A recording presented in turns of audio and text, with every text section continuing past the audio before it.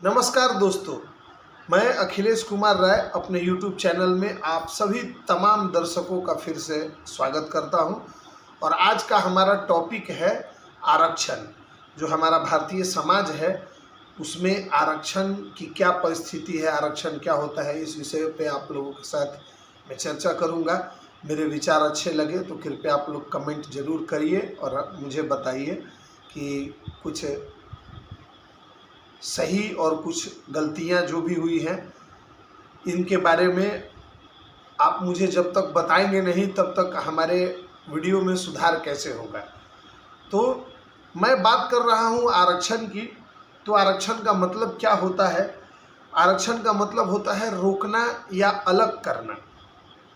समाज में जो लोग हाशिए पर हैं उनमें समानता लाने और सामाजिक अन्याय से बचाने के लिए आरक्षण उन दबे कुचले लोगों के जगह को आरक्षित करता है, सुरक्षित करता है। तो इसको आरक्षण कहा जाता है। भारत में आरक्षण व्यवस्था की शुरुआत आज़ादी के कई साल पहले हुई थी।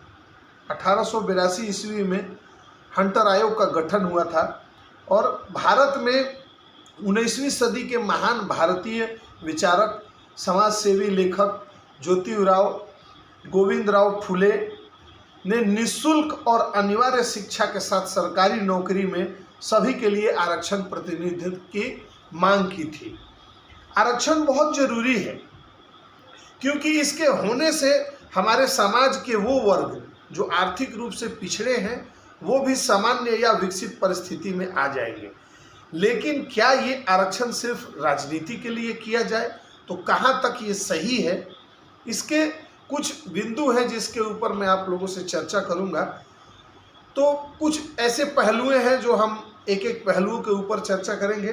जैसे पहला पहलू ये आता है कि कुछ विचार मन में जिनका उत्तर शायद मिल जाए आप लोगों से बात करते हुए, जैसे कि आरक्षण उन अगड़ी जातियों को नहीं मिलता सरकारी नौकरियों में जिनके लोग पुराने समय से ही आर्थिक रूप से संपन्न हो, चाहे वो उम्मीदवार उस दिए गए पद के लिए मानसिक और शैक्षणिक रूप से योग्य ही क्यों न हो।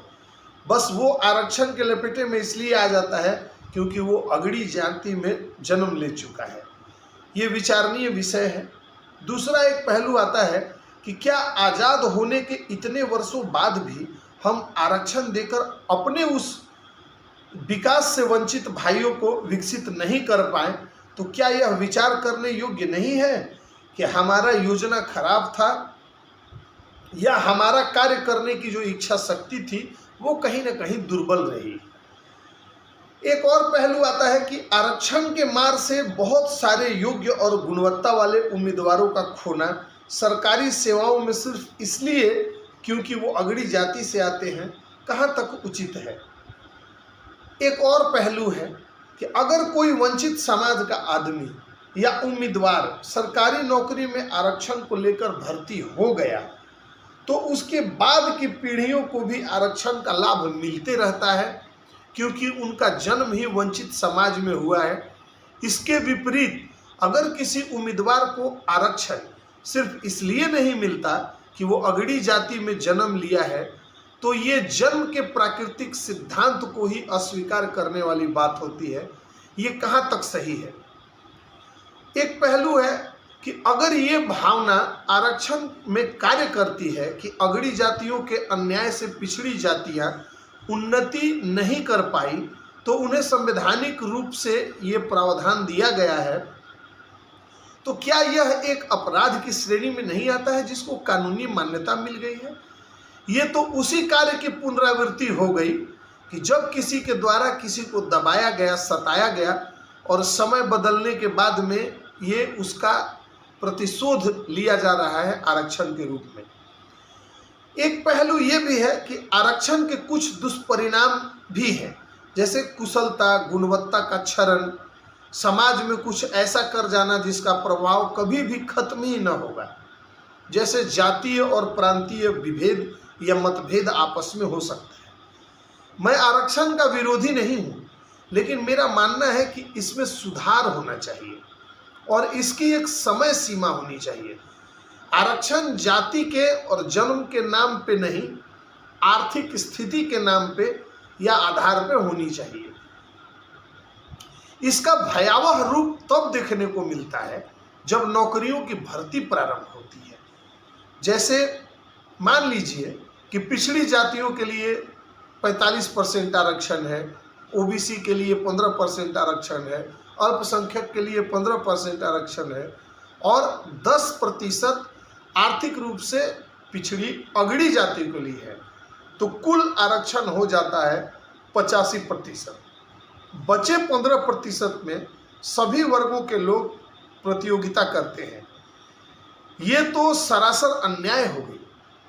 और उसमें भी ज़्यादा भयावह स्थिति तब उत्पन्न होती है जब किसी प्रश्न पत्र के उत्तर और योग्यता के लिए भी आरक्षण अप्लाई मान लिया जाता है।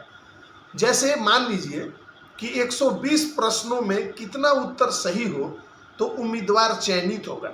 जैसे 120 में 65 उत्तर SC ST के लिए, 70 OBC के लिए, 72 अल्पसंख्यक के लिए, तो सामान्य वर्गों के लिए 80 उत्तर सही होने चाहिए। तब ये भी हास्यास्पद और अचंभित करने वाला लगता है।